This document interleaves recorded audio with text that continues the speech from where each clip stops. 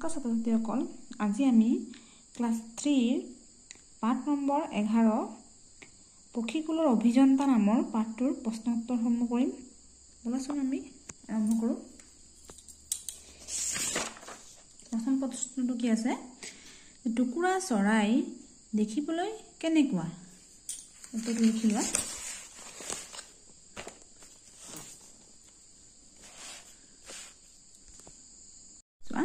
যে টুকুৰা চৰাই দেখিবলৈ কেনেকুৱা? উত্তৰ লিখিবা।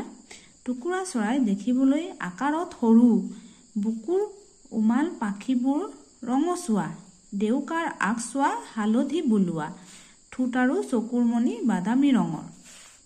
তাৰপিছত খ নম্বৰ চোৱা, টুকুৰা চৰাইয়ে কিহেৰে বাহ সাজে? উত্তৰ লিখিবা। টুকুৰা চৰাইয়ে গছৰ দীঘল দীঘল পাতবোৰৰ পৰা বাহ সজা আঁহ উলিয়াই লয়। তাৰ পিছত সেই আঁহবোৰেৰে গুঠি বাহ সাজে। টুকুৰা চৰাইৰ বাহটো দেখিবলৈ কেনেকুৱা? উত্তৰ লিখিবা। টুকুৰা চৰাইৰ বাহটো তলমুৱাকৈ ৰখা টেকেলিটোৰ দৰে ওলমি থাকে। ঘ নম্বৰ, কি কি গছত টুকুৰা চৰাইয়ে বাহ সাজে? উত্তৰ লিখিবা। খেজুৰ, নাৰিকল, তামোল, তাল আদি ওখ গছত টুকুৰা চৰাইয়ে বাহ সাজে। ঙ নম্বৰ চোৱা, টুকুৰা চৰাইয়ে কি কি খায়? উত্তৰ লিখিবা। টুকুৰা চৰাইয়ে ধান, মাহ, সৰিয়হ আদি শস্যবোৰ খায়। তাৰ উপৰি ফল মূল, কীট পতংগ, বনৰীয়া ঘাঁহ বনৰ গুটি আদিও খায়। প্ৰথম নম্বৰ চোৱা, টুকুৰাৰ বাহটো কিয় বতাহ বৰষুণে অনিষ্ট কৰিব নোৱাৰে? উত্তৰ লিখিবা। টুকুৰা চৰাইয়ে বাহটো বোৱনীয়ে কাপোৰ বোৱাৰ দৰে পাতৰ আহেৰে ডাঠকৈ বাহটো গুঠি উলিয়ায়। এনে কৰিলে বতাহ বৰষুণে অনিষ্ট কৰিব নোৱাৰে আৰু আন চৰাই চিৰিকটিও ইয়াক সোমাব নোৱাৰে। প্ৰশ্নটো আছে যে দ্বিতীয় আছে যে টুকুৰাক কিয় পক্ষীকুলৰ অভিযন্তা বুলি কোৱা হয়? উত্তৰ লিখিবা। টুকুৰা চৰাইয়ে বাহটো বৰ নিখুঁতকৈ সাজে। সেইকাৰণে টুকুৰা চৰাইক পক্ষীকুলৰ অভিযন্তা বুলি কয়। তাৰপিছত কি আছে চোৱা,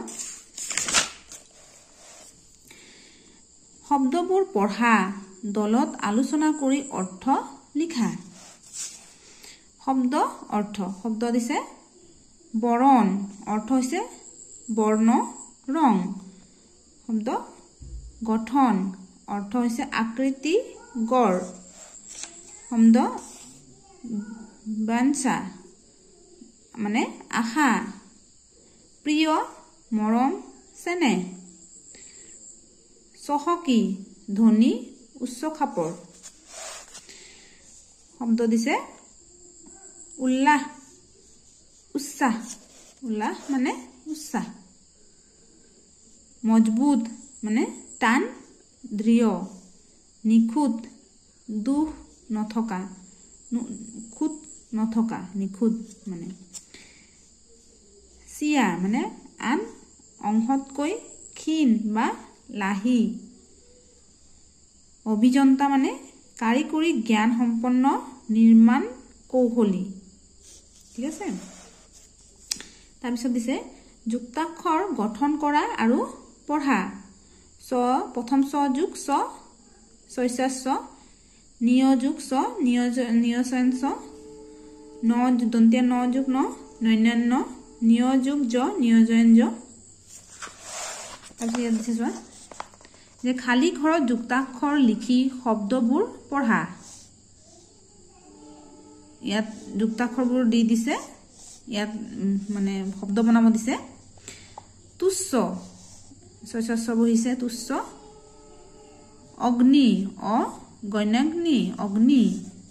ৰত্ন, ৰ তৈনাত্ন, ৰত্ন। পাঞ্জাব, প নিয়জা ব, পঞ্জাব। প্ৰসন্ন, প্ৰসন্ন। অনিয়সঞ্চ অঞ্চল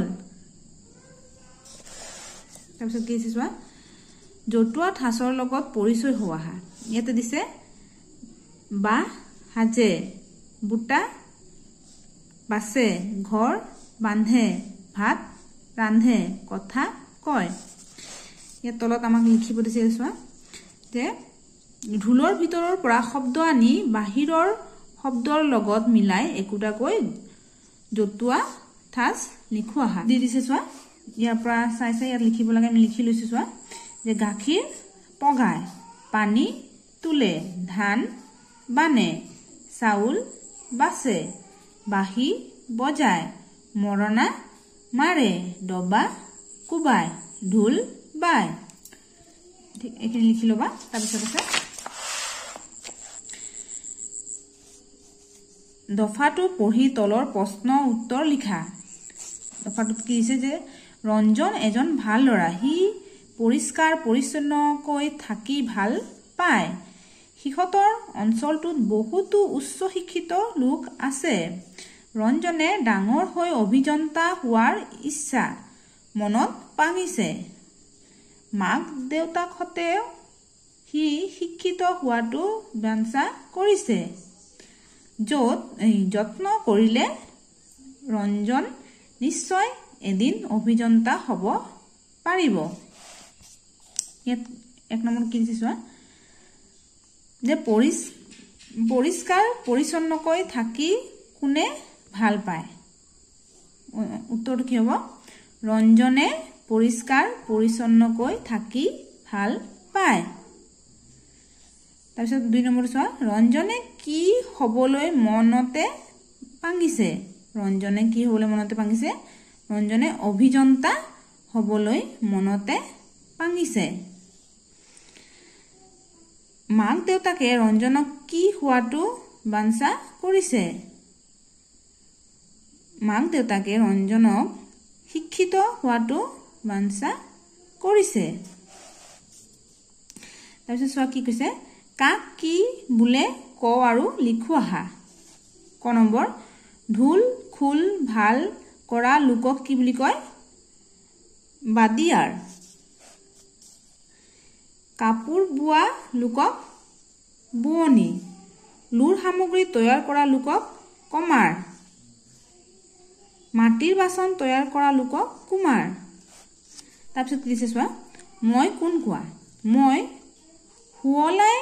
হুৱলাকৈ মাত মাতো বসন্তকালত ওলাও কাউৰীৰ বাসত কণী পাৰো মোৰ নাম কুলি তাৰপিছত কি দিছে খ নম্বৰটো মোৰ ঠোঁটটো ৰঙা গাটো সেউজীয়া শিকালে মানুহৰ দৰে কথা ক'ব পাৰো মোৰ নাম ভাটৌ এইটো ঔকাৰ হ'ব ভাটৌ গ নম্বৰ মোৰ গোটেই গাটো বগা ঠেং দুখন দীঘল মই খাল বিলত মাছ বিচাৰি ফুৰো মোৰ নাম বগলী ঘ নম্বৰ মোৰ গোটেই গাটো নীলা বুকুখন ৰঙা হালধীয়া আৰু দীঘল ঠোঁটেৰে মই ওপৰৰ পৰা জঁপিয়াই পানীত মাছ ধৰি খাওঁ মোৰ নাম মাছৰোকা তাৰপিছত কি আছে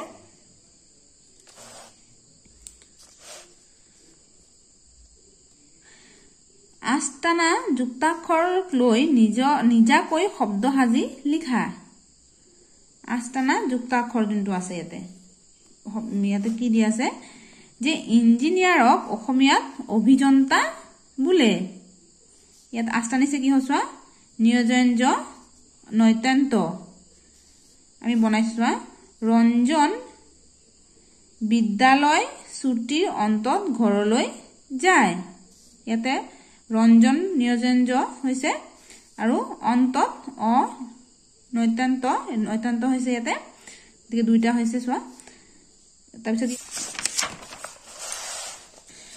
দিছে চোৱা যে দলত আলোচনা কৰি বৰ্ণ জালৰ পৰা চৰাইৰ নাম লিখা ইয়াতে বৰ্ণ জালৰ পৰা এইখিনিৰ পৰা চৰাইৰ নাম উলিয়াব দিছে আমি লিখি লৈছো চোৱা কেইটামান ইয়াতে এটা দিয়া আছে কাউৰী কাউৰী আমি লিখিছো চোৱা ভাটৌ শালিকা বুলবুলি টুকুৰা কপৌ কুলি কেতেকী ঠিক আছে আজিলৈকে ইমানে ভিডিওটো ভাল লাগি থাকিলে লাইক কৰি দিবা আৰু পৰৱৰ্তী ভিডিও চাবলৈ হলে চেনেলটো সাবস্ক্ৰাইব কৰি দিবা ধন্যবাদ